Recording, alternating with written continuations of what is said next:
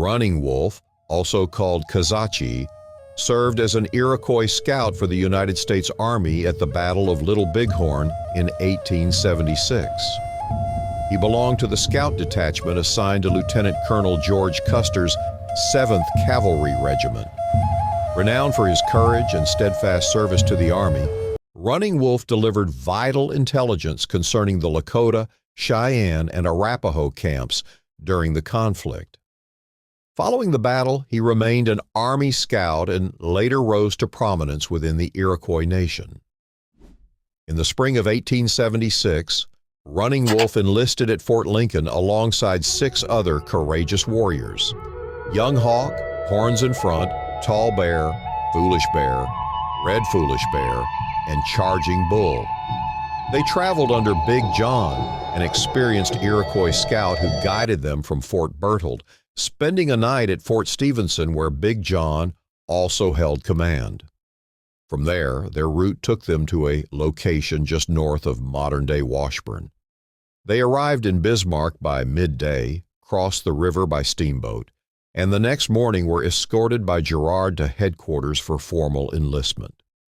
They first camped near the base of the hill, but shortly relocated to join the soldiers in a camp situated farther back from the river. While stationed there, they discovered Custer was absent in Washington and learned the expedition would start upon his return. It commenced 6 days later. At that time, Bobtailed Bull and Soldier were called to headquarters. Bobtailed Bull was made sergeant, and Girard instructed the scouts to ready themselves for the parade. They were to march in Indian fashion, singing their traditional songs, marking the start of the first day's journey. Post-parade, the scouts headed the column, with Custer and the White Cavalry following behind. Varnum, the chief of scouts, established his camp with the scouts, bringing along an orderly and a cook. The Army paused at noon and remained encamped until morning. When they halted for dinner the following day, rain began, preventing further movement. The next morning they continued and set up a second camp west and north of the Heart River on a broad flat, identified as Camp Number 2. The subsequent day saw them advance further. The scouts named this stopping point Turkey Buzzard Camp. From this camp, 2 scouts, One Horn and Red Foolish Bear, were sent out carrying mail. The soldiers had received their pay at the first camp, and a cattle herd traveled with the military force. From there, they advanced to Big Mountain, taking their midday meal and setting up Camp Number 4 within a broad valley. The following day, they dined upon the open prairie founding Camp Number 5 at what is now Hebron. At the next midday halt, rain compelled them to establish camp near Young Man's Butte, designated Camp Number 6. Dinner was consumed the subsequent day on a sodden flat, and owing to the roads proving too burdensome for the wagons, the force encamped there, Camp Number 7, situated beyond Young Man's Butte. The Army took its next midday meal at a ravine east of contemporary Dickinson, forming Camp Number 8. During that night, Red Foolish Bear reached camp and reported having left Red Bear behind with an exhausted horse. Bobtailed Bull then commanded a group to recover Red Bear, bringing him back to camp by daybreak. The next day, the Army entered the Badlands, creating Camp Number 11 just inside. Timber was cut and transported for bridge building. Orders the next morning specified each man was to carry his own rations. Camp Number 12 was founded in the Little Missouri Valley, adjacent to Soldier Butte.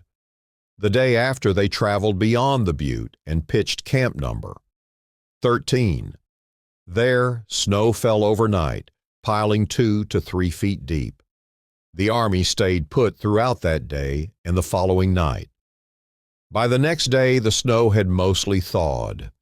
They therefore pressed on through mud and slush, which greatly strained the teams, along a flat-topped ridge. Near the ridge's end around noon, they met Crow Bear, a Gros Ventre scout mounted on horseback, who had arrived from Powder River carrying mail. After sharing dinner, he returned the way he had come. No midday stop occurred that day. The Army marched down a ravine to Beaver Creek, establishing Camp Number 14. The next day, they traced Beaver Creek to its head and formed Camp Number 15. The march the day after unfolded upon the open prairie, a level stretch, where they sighted the Blue Hills in the distance. Camp Number 16 was set up on this open plain. They continued marching toward the Blue Hills, heading for a ravine containing cottonwoods, Camp Number 17, which the Dakota Scouts named Cottonwood Creek.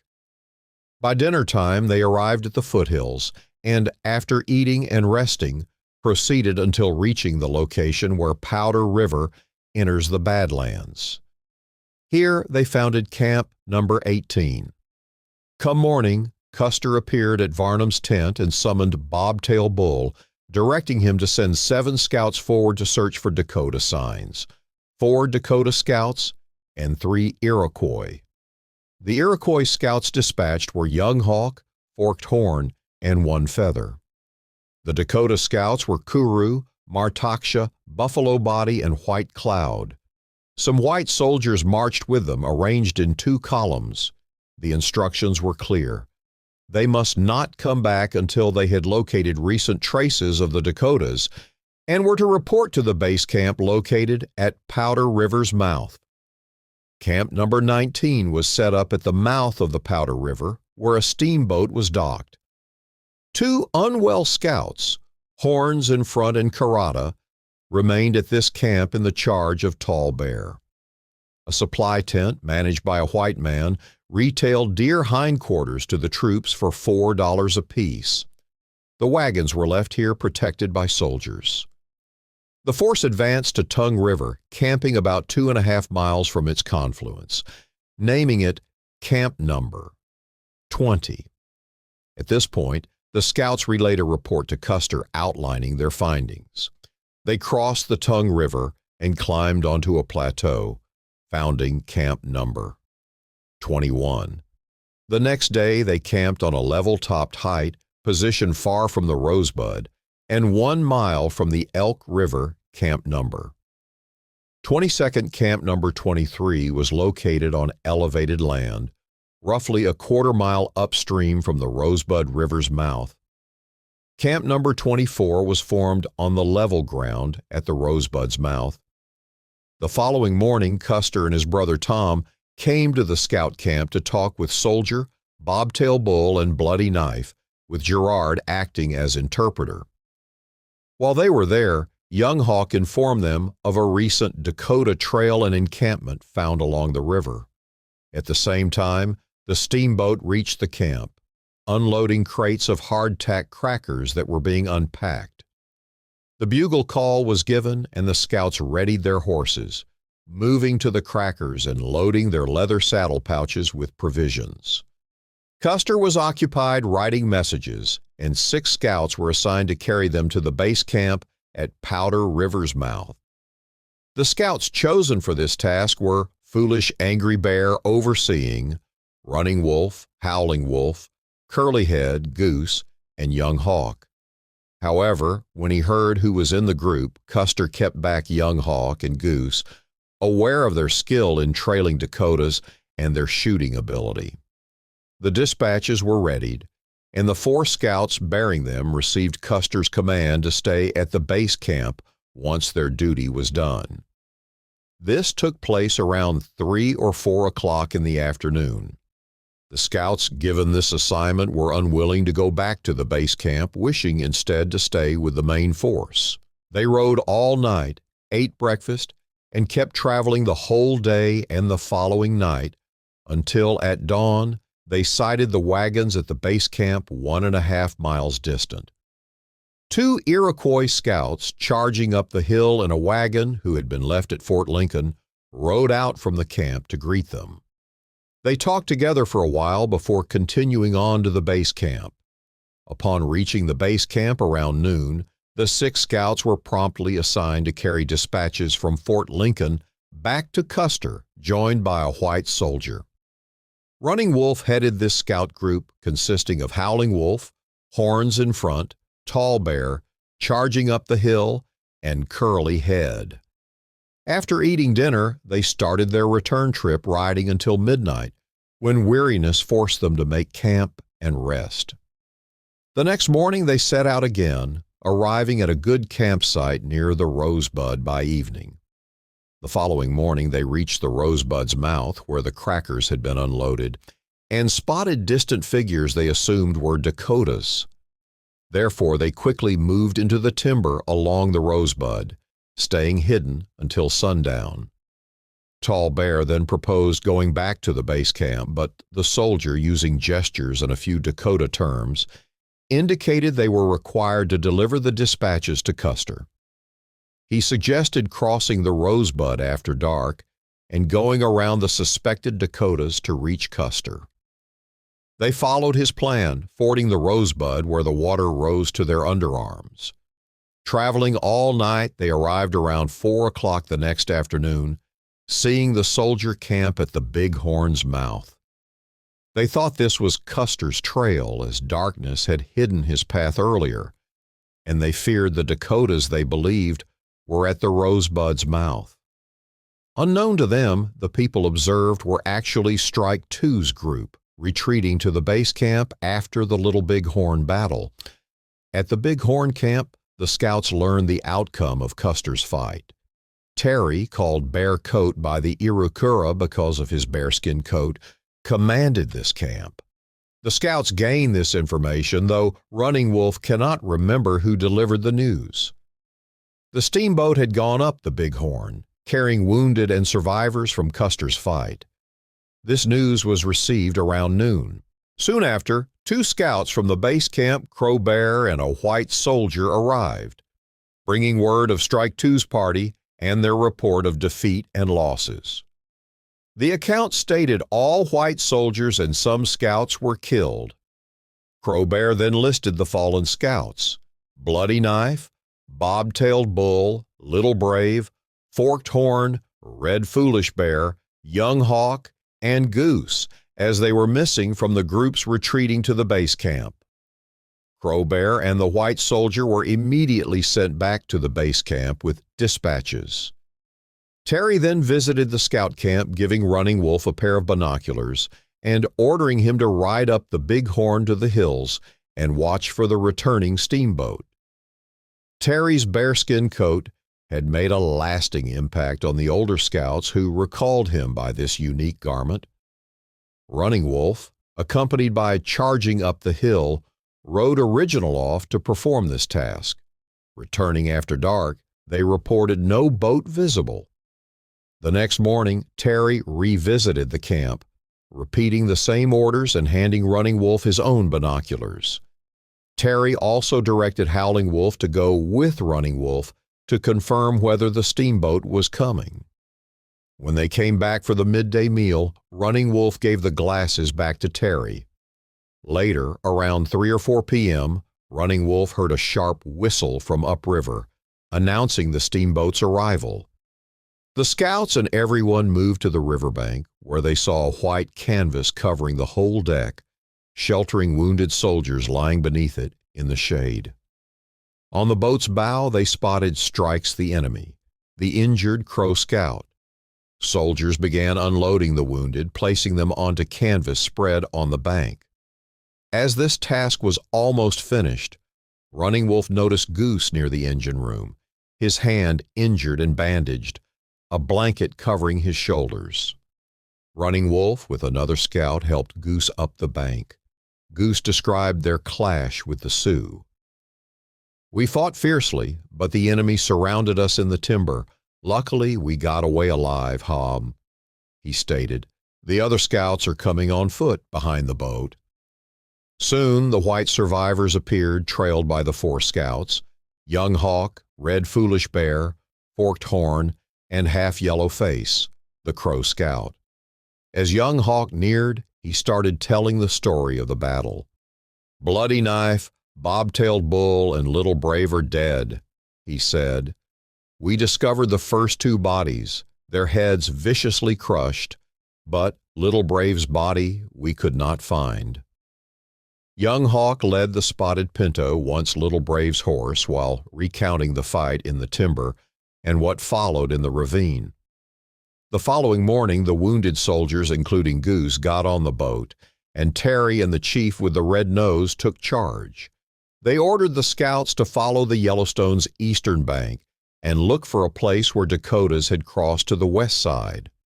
The scouts, Forked Horn, Horns in Front, Red Foolish Bear, Charging Up the Hill, Tall Bear, Young Hawk, Running Wolf, and Wagon, set out on this duty, leaving Curly Head and Howling Wolf behind in Terry's camp.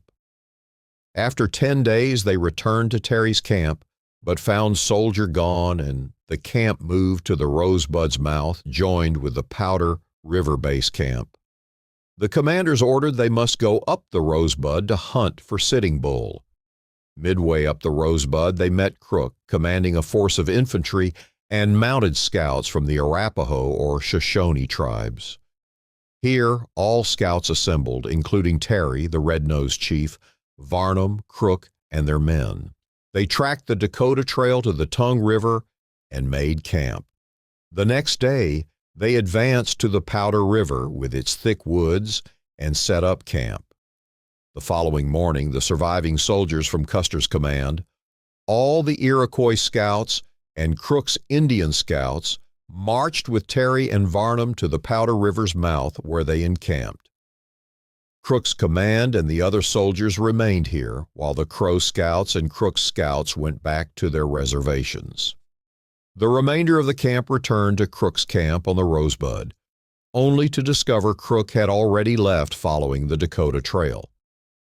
The chief with a red nose and additional officers arrived at the scout camp carrying a letter.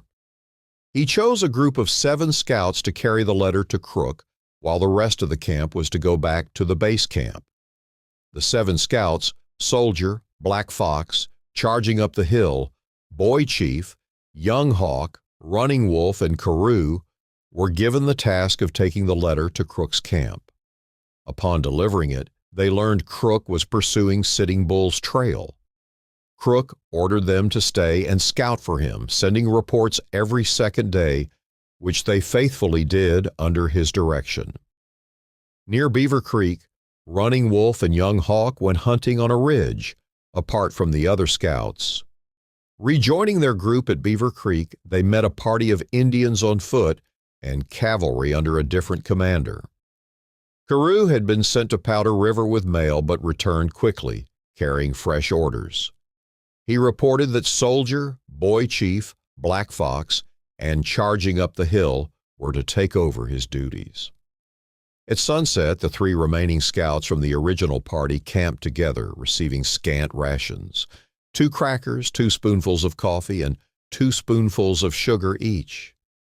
Just as they were settling down around midnight, the sound of approaching horses broke the night's silence. Mounted and armed Dakotas opened fire on the camp. The soldiers, half asleep and confused, stumbled from their tents, some weaponless, and were commanded to withdraw to a nearby ridge.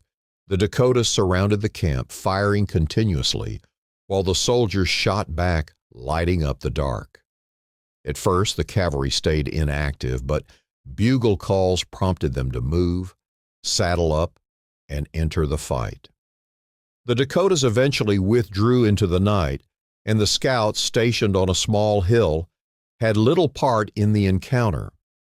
The next day, the soldiers gave up chasing the Dakota Trail and reached Soldier Butte, setting up camp there. They advanced to the Little Missouri, finding a deserted Dakota campsite, and stayed overnight. Around midday, they came upon another Dakota camp in the timber, but the officer prohibited them from attacking, choosing instead to camp on Custer's old site east of Rosebud Butte. They arrived there around 5 p.m.